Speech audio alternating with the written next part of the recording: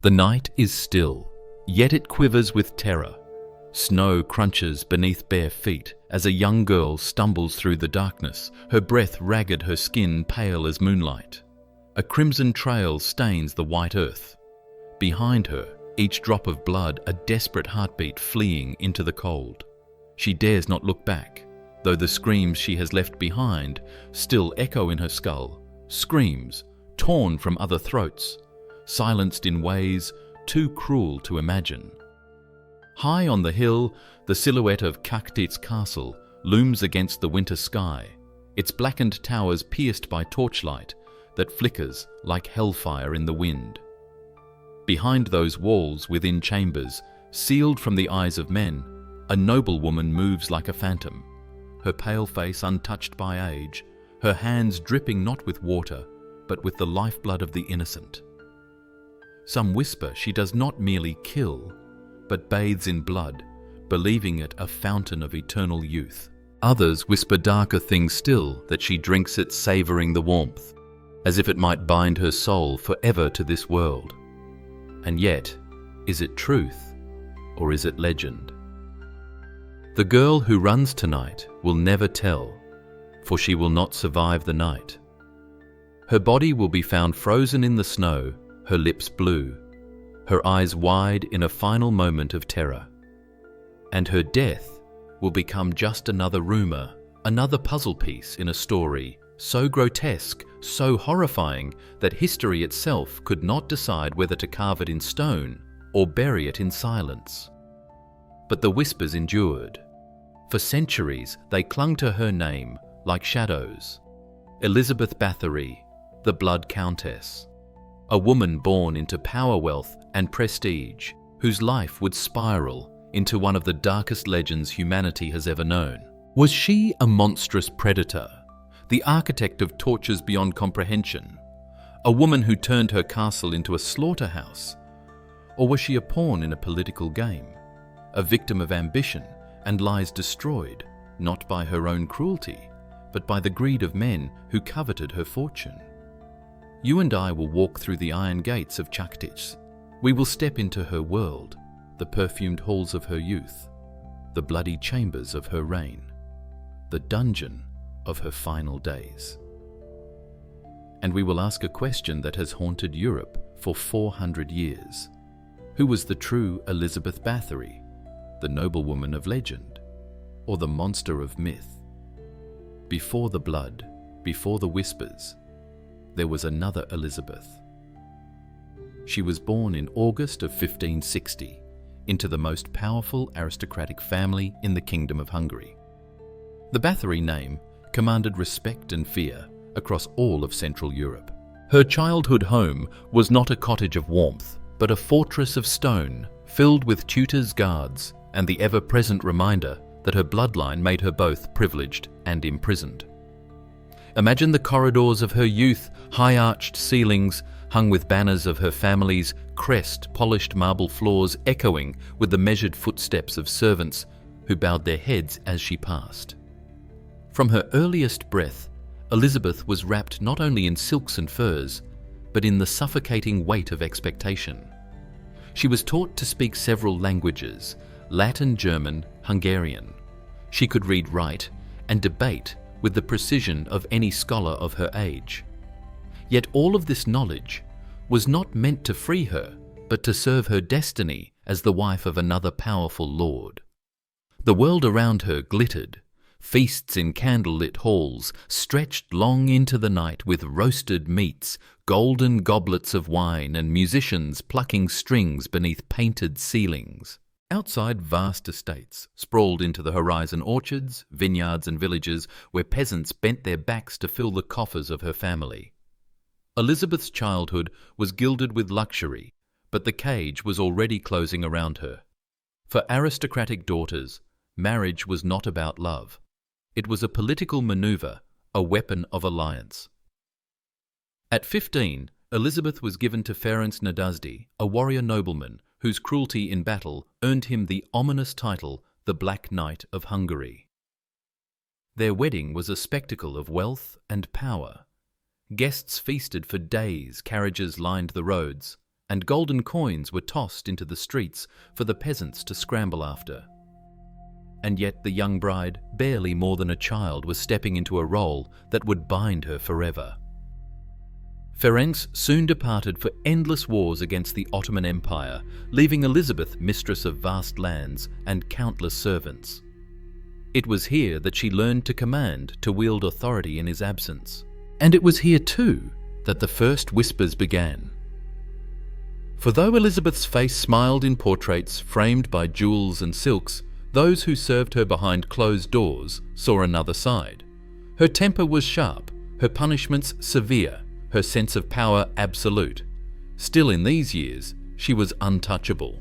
To the outside world, Elizabeth Bathory was the perfect embodiment of nobility, wealthy, educated, married into greatness. She walked through gardens gilded by sunlight, a woman wrapped in finery and respect. Yet behind the golden bars of her cage, the seeds of something far darker had already begun to stir. The facade of splendor could not last forever. Beneath the polished veneer of castles and titles, shadows began to form. When Ferenc Nadasti rode to war, Elizabeth was left to rule alone. For a woman in 16th century Hungary, this was both privilege and peril. She held the keys to vast estates, commanded servants, and decided punishments with unchecked authority. Power, absolute, intoxicating power, was hers. But whispers began to circle quiet at first, then louder. Servants spoke of her sudden fits of rage, of punishment so cruel they left scars that never faded. A maid caught mishandling a piece of clothing might be struck a servant who disobeyed, left bruised or bloodied. Some said her cruelty was born not of madness, but of a twisted sense of discipline, inherited from her husband. Ferenc the Black Knight was infamous for his brutality against enemies, and rumour claimed he had taught Elizabeth new ways to inflict suffering. Stories crept into the villages surrounding Čachtice. Young peasant girls, summoned to the castle, never returned. Their families were told they had run away, or that illness had carried them off. Yet in the dead of night, faint screams could sometimes be heard, carried on the wind. Then came whispers darker still. Elizabeth was said to consort with women accused of witchcraft, who whispered remedies, charms, and darker arts into her ears.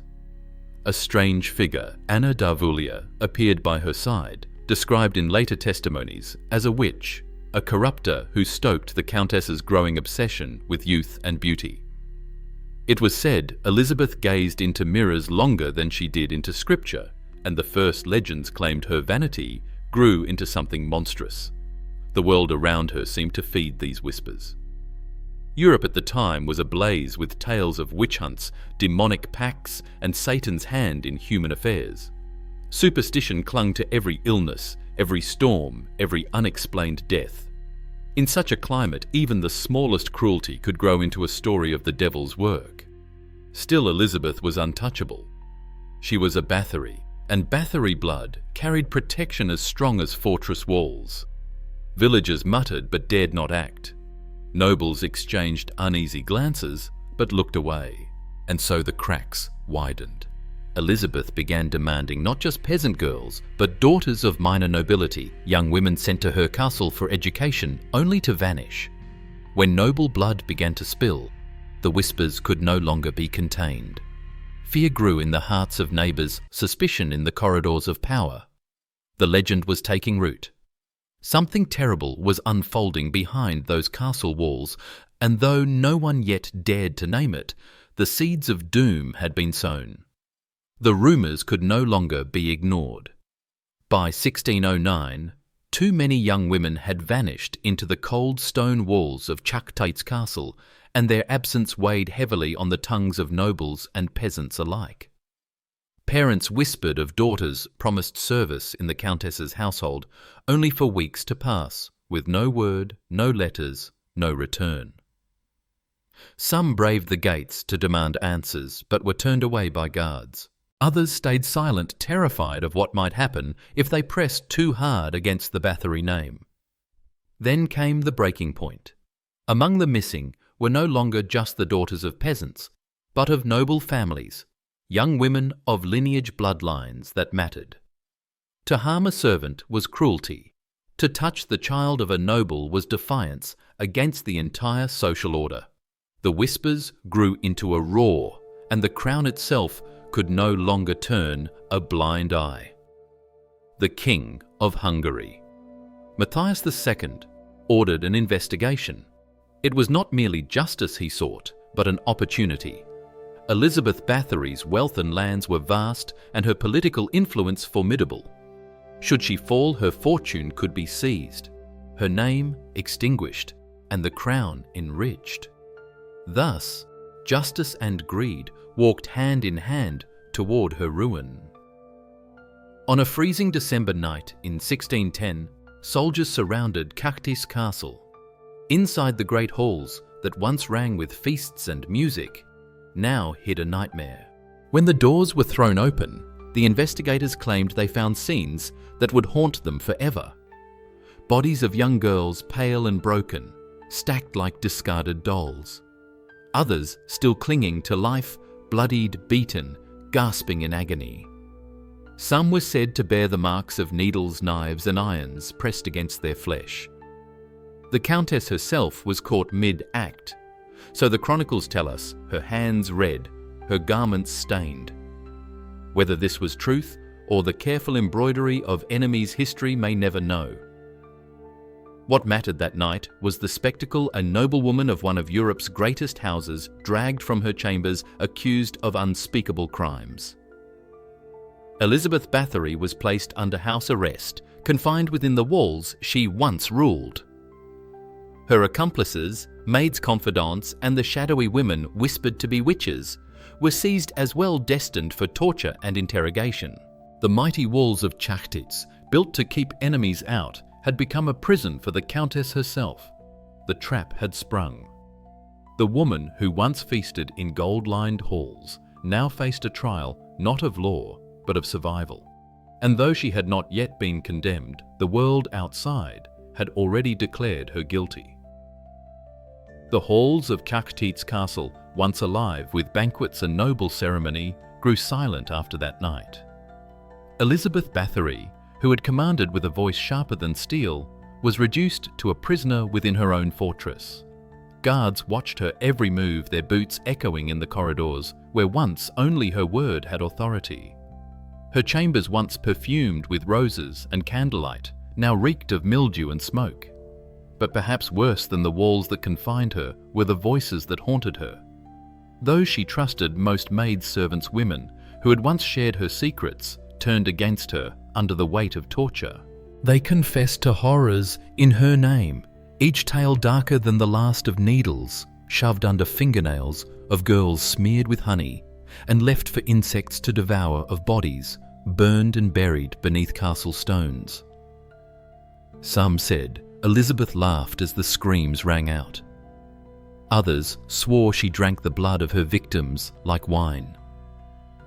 Were these testimonies truth, or the inventions of terrified servants desperate to save themselves from the rack? Elizabeth could not answer, for she was never given the chance to speak in her own defense. Instead, she listened from her cell as her fate was painted in words more grotesque than any nightmare. Night after night, the Countess sat alone in her chamber. They say she scratched desperate pleas into the stone walls with her fingernails, prayers, curses, fragments of memory. She begged for news of her children, of her estates, of her honor. None came, only silence broken by the clank of chains and the distant cries of accomplices being torn apart in the name of justice. Imagine her mind unraveling in that solitude. A woman once wrapped in silk, now shivering in a gown of rough wool.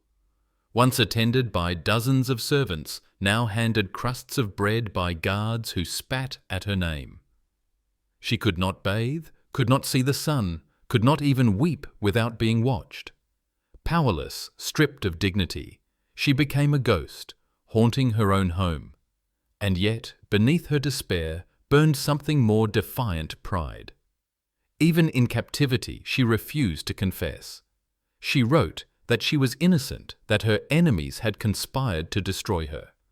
She claimed the crown coveted her land, her fortune, her very existence.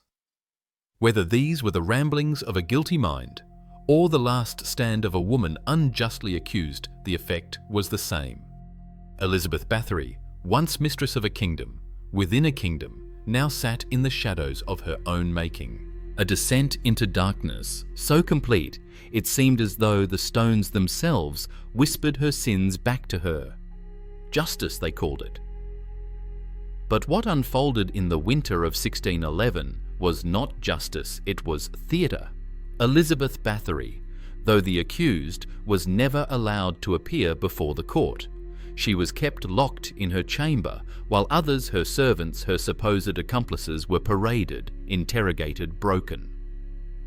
The courtroom swelled with nobles and clerics, their faces solemn as if presiding over holy judgment.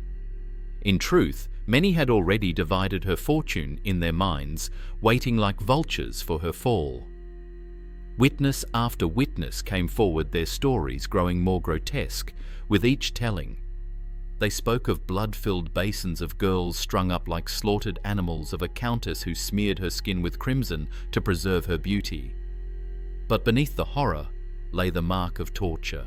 These witnesses, made stable boys' villagers, were pressed on racks, burned with irons, threatened with death if they withheld. Pain loosened their tongues, and once it began, the flood could not be stopped. One claimed 50 victims, another 100.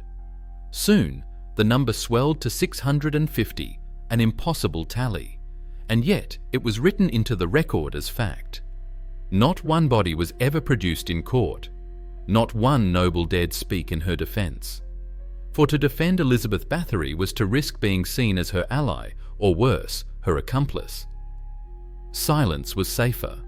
Her most loyal servants, those closest to her daily life, were condemned as well. Some were executed, their broken corpses displayed as proof of their guilt.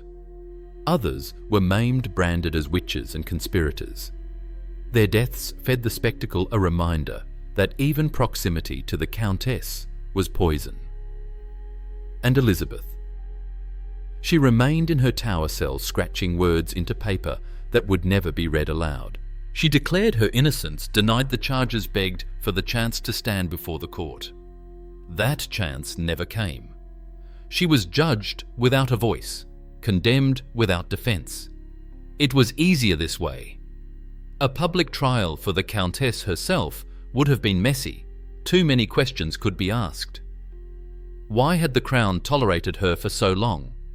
Why had so many noble daughters been sent into her household, despite whispers of cruelty? Why were her vast estates so conveniently parcelled out among those who now condemned her? Better, far better, to keep her silent and hidden away, a phantom condemned by shadows and hearsay. So the verdict was delivered, her accomplices executed, and she herself walled up inside Čachtice Castle. No sword, no gallows, no fire. Just the slow death of solitude sealed within the very stones she once ruled. They called it justice. But history remembers it for what it was, a spectacle of hypocrisy cloaked in righteousness, driven not by truth but by greed. The days bled into one another.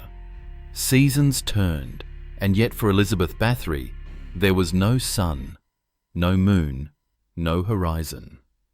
Her world had shrunk to 4 stone walls, a wooden door sealed with iron, and a narrow slit that allowed in only the faintest thread of light.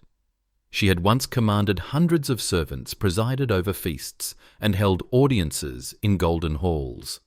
Now she was reduced to silence her body, frail, her spirit caged. Her meals were meagre coarse bread, a jug of water, sometimes a thin broth. She ate with trembling hands, fingers once adorned with jewels now brittle and bare. No perfumes, no gowns, no silken sheets, only the stench of damp walls and straw. And yet she clung to life with a ferocity that surprised even her captors. It is said she spent her final days scratching words into paper scraps and stone alike. Some fragments survived, though their authenticity is debated. Prayers for forgiveness, bitter condemnations of her enemies, pleas for contact with her children. In those scratches, one hears the voice of a woman stripped of everything, yet still unwilling to surrender entirely to silence. Imagine her lying on a crude cot, listening to the world beyond the stone footsteps of guards, the wind howling through cracks, distant church bells that marked time she could no longer see. Sometimes she whispered prayers. Sometimes she cursed the king who had betrayed her. Sometimes perhaps she simply wept. But pride did not leave her. Even at her weakest, she refused to confess.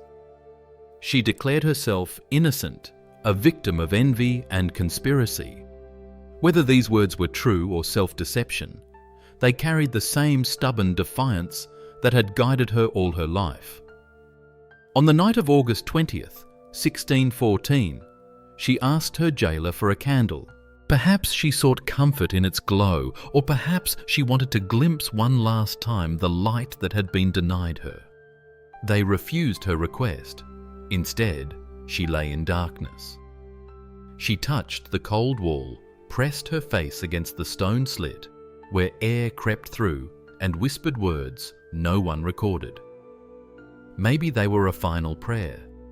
Maybe they were a curse. Maybe they were the names of the girls whose blood still stained her legend. By dawn, her body was cold. The woman who had once terrified an entire kingdom, who had been accused of bathing in blood, was now only flesh and silence. Her final sunrise came without her eyes ever seeing it. Elizabeth Bathory was never led to a scaffold. No executioner raised a blade above her pale neck. No pyre was built to consume her body in flame. Instead, her punishment was far crueler, slow, invisible, and absolute. They bricked her into her own castle chamber, sealing her inside the fortress that had once been her throne. Imagine it, the echo of hammers striking nails. The scrape of stone against stone, the last sliver of light disappearing as masons walled the Countess away. Outside, guards stood in silence, crossing themselves as though to contain not a woman but a demon. Inside, Elizabeth was left to rot. No gallant death, no dramatic end, only a creeping suffocation as weeks turned into years. She paced the narrow room until her legs weakened, clawed at the walls, until her fingernails split and bled. Each day, her world grew smaller. A hand reached through a hole in the wall to pass her scraps of food water, nothing more. She was alive, yes, but more entombed than buried her body withering in slow motion. The cruelty lay not in spectacle, but in the absence of it. She was denied the chance to speak to rage, to confess or deny before the eyes of men.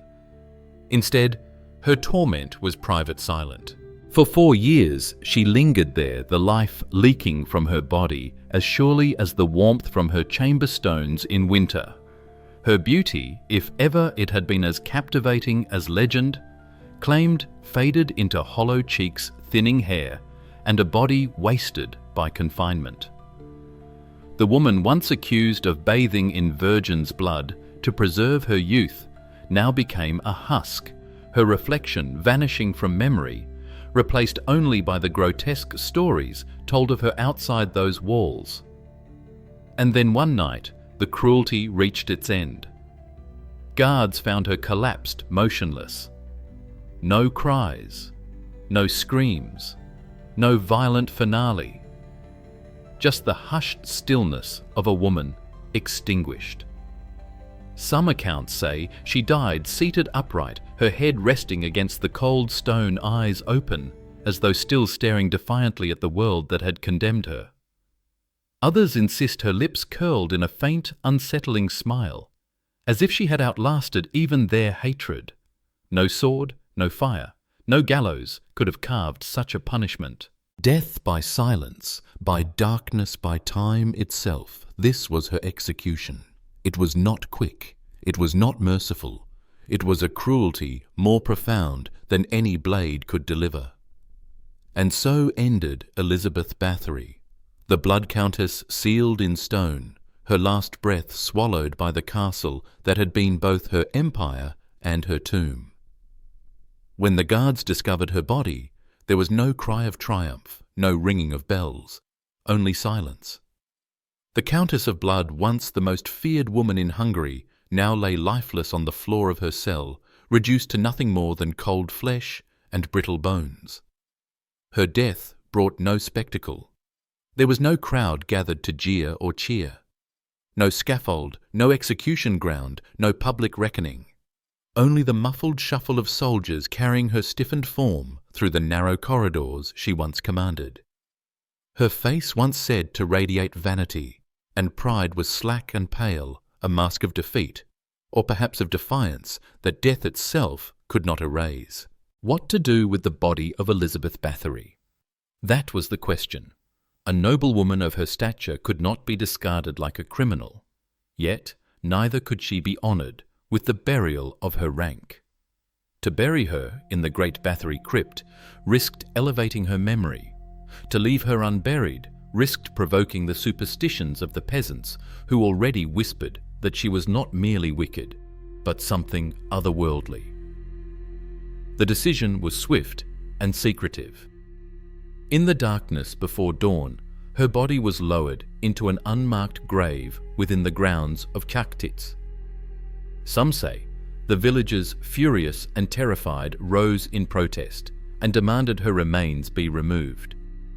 According to these tales, her coffin was later exhumed and transported under heavy guard to her family's ancestral seat, never to be seen again. No one knows for certain where her bones rest. Perhaps they were entombed in the Bathory crypt. Perhaps they were hidden elsewhere, scattered to deny her a final monument. But the silence after her death was more chilling than her life. Čachtice Castle, once a place of feasts and laughter, now stood as a husk of stone and shadow. Servants fled, halls grew cold, and the echo of screams lingered in the imagination of every traveller who dared pass its gates. The peasants avoided it, muttering prayers when they glimpsed its silhouette. For them, the Countess's spirit still roamed those halls, hungering, restless, unquiet. Her enemies, meanwhile, did not speak her name. They divided her lands, counted her gold, and pretended the stain on their hands was justice, not greed. The silence was convenient, for her story had already been written in the blood of rumour and the ink of political necessity. And so the Countess was gone, but the chill she left remained. An eerie hush, as if the land itself had exhaled in relief and yet shivered, knowing the darkness of her legend was only beginning to spread. Centuries have passed since the walls of Čachtice sealed shut upon Elizabeth Bathory, yet her shadow has never left us. History could have allowed her to fade into obscurity, remembered only as a noblewoman who died in disgrace.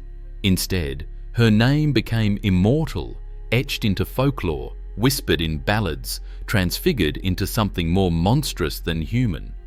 They called her the Blood Countess.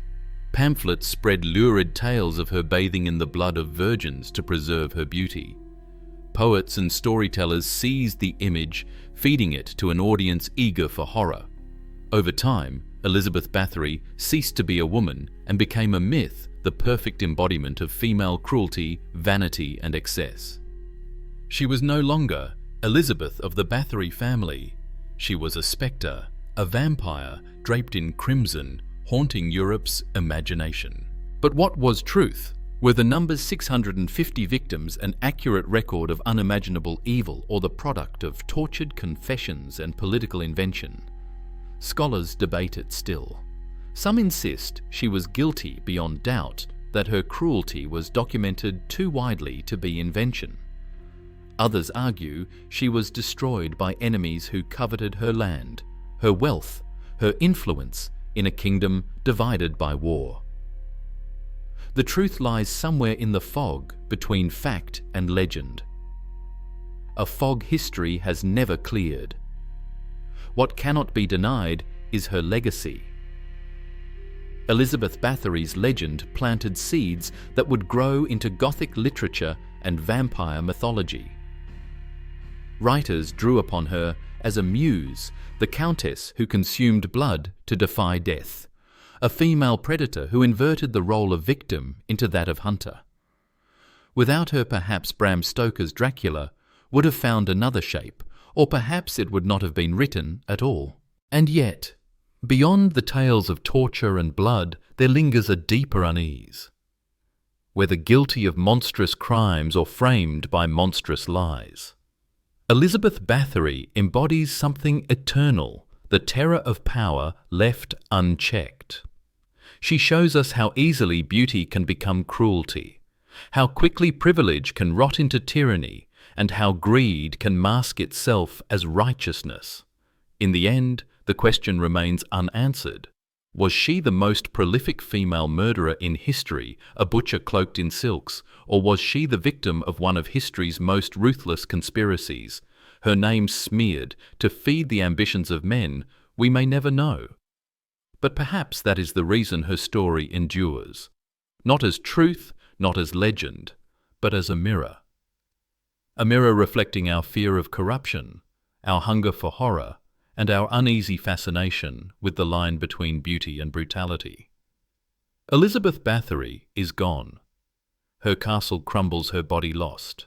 Yet her name still bleeds through history, asking one final haunting question. Did the Countess drink the blood of innocents, or did history drink hers?